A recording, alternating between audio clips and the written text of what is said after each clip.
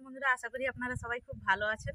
বন্ধুরা, আমার এই ছোট্ট চ্যানেলের আরেকটি নতুন রেসিপিতে আপনাদের সবাইকে অনেক অনেক অনেক স্বাগত জানাই। বন্ধুরা, আজকে আমি আপনাদের সঙ্গে শেয়ার করব ঘরোয়া উপকরণে খুব সাধারণ একটি রান্না, সর্ষে শাক, আলু, বেগুন, চিংড়ি মাছ দিয়ে।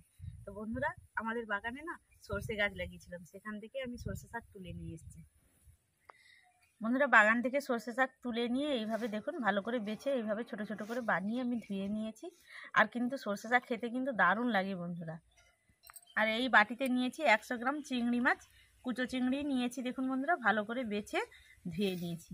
আর এখানে এই গামলাতে দুটো মাঝারি সাইজের আলু আর একটা বড় বেগুন বানিয়ে ধুয়ে নিয়েছি। বেগুনের কিন্তু দেখুন বন্ধুরা, উপরের আমি এই যে খোসাটা ছাড়িয়ে দিয়েছি। চিংড়ি মাছটা ভাজার জন্য হলুদ আর লবণ মিশিয়ে নেব। লবণ,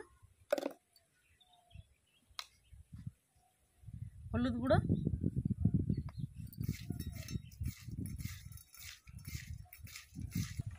উনুন জ্বালিয়ে কড়া বসিয়ে দিয়েছি। এবার কড়ার মধ্যে চিংড়ি মাছটা ভাজার জন্য তেল দিয়ে দেব।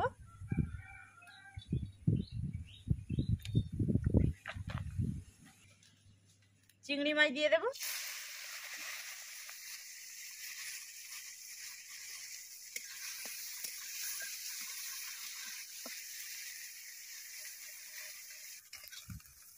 চিংড়ি মাছ ভাজা হয়ে গেছে, এবার তুলে নেব।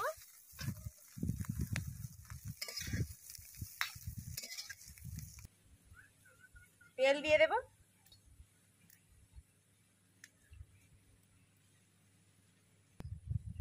পেঁয়াজ কুচি,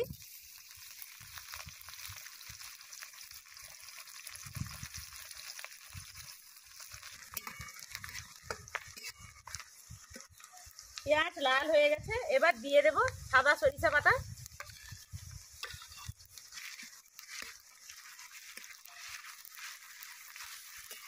হলুদ গুঁড়ো, লঙ্কা গুঁড়ো,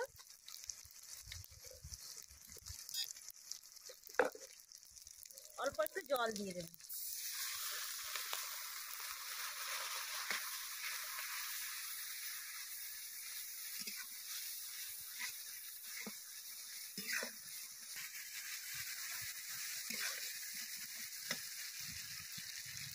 ভেজে রাখা চিংড়ি মাছ দিয়ে দেব।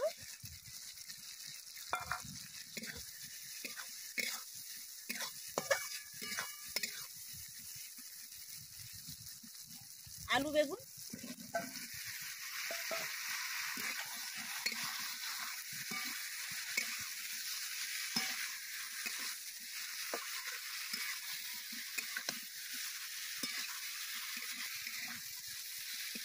আলু বেগুন একটু ভেজে নিয়েছি।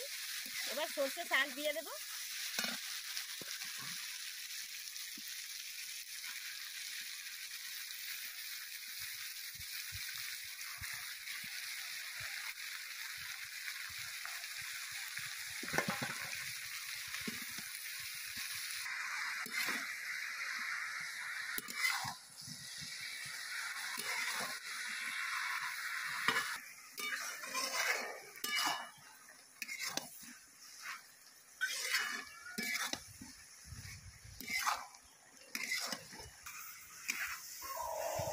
তরকারি কষানো হয়ে গেছে, এবার জল দিয়ে দেব।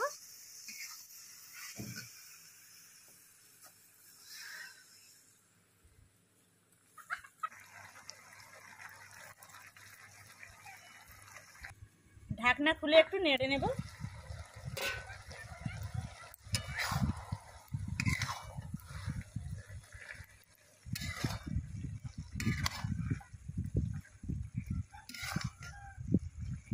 আবারও ঢাকনা দিয়ে দেব।